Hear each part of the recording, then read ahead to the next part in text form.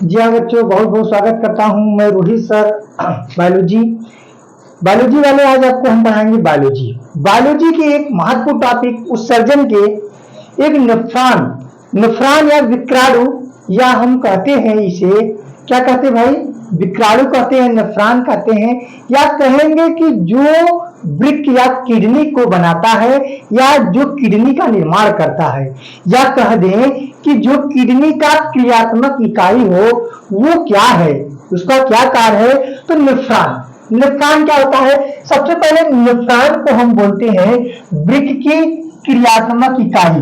वृक्क माने का, जिसे हम लोग कहते हैं किडनी, क्या कहते हैं? किडनी। इसी को वृक्क कहते हैं या इसी को गुर्दा कहते हैं। ये आपके शरीर में क्या होता है? एक उत्सर्जी अंग होता है। आपसे पूछा जाए वृक्क क्या है, तो उत्सर्जी अंग होता है। क्या करता है? सबसे जरूरी बात यह है क्या करता है। गुर्दे की क्रियात्मक इकाई को ही क्या कहते हैं? नेफ्रॉन। गुर्दे की क्रियात्मक इकाई को ही क्या कहते हैं भैया? नेफ्रॉन कहते हैं। क्या कहते हैं? नेफ्रॉन। याद रहेगा ना कि गुर्दे की क्रियात्मक इकाई को क्या कहते हैं? नेफ्रॉन कहते हैं। ठीक।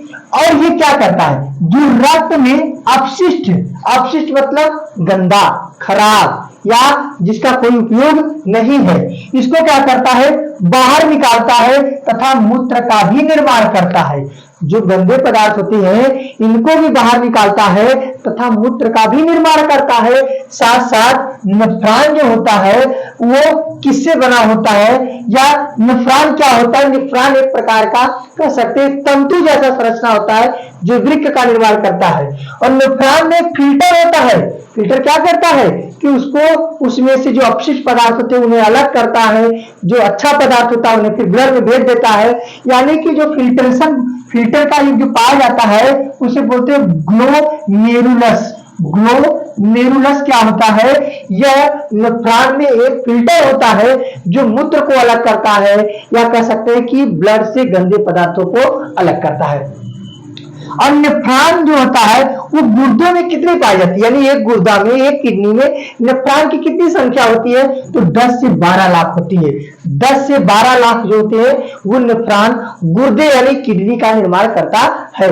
इसीलिए कहते हैं ना, इसीलिए कहते हैं कि नेफ्रॉन को वृक्क की क्रियात्मक इकाई कहा जाता है। क्या कहा जाता है? वृक्क की क्रियात्मक इकाई कहा जाता है। बात आपसे बहुत इंपॉर्टेंट बातें हैं कि नेफ्रॉन शब्द क्या है, नेफ्रॉन शब्द कहां से आया है? तो नेफ्रॉन शब्द ये ग्रीक भाषा का शब्द है और इसका मतलब होता है नेफ्रोस। नेफ्रॉन जो होता है वो ग्रीक भाषा, ग्रीक मतलब का, ग्रीक एक देश था जिसका पुराना नाम ग्रीस है। ग्रीक एक पुराना नाम क्या है? ग्रीस है। इसे हिंदी समाज विज्ञान पढ़ेंगे, यूनान या यूनानी पढ़ेंगे कि नहीं पढ़ेंगे? उसी को ग्रीक कहते हैं, जहां से अरस्तु जी आए हैं। वो नेफ्रोस शब्द से बना होता है और ये नेफ्रोस का मतलब होता है किडनी। नेफ्रोस का मतलब क्या होता है? किडनी। अर्थात हमने क्या सीखा कि वृक्क के संरचनात्मक और क्रियात्मक इकाई को नेफ्रॉन कहते हैं।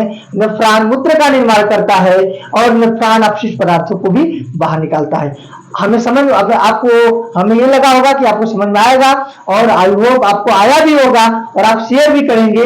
बहुत बहुत धन्यवाद, थैंक यू सो मच। ज्यादा ज्यादा शेयर करिए अपने रोहित सर बायोलॉजी को। धन्यवाद।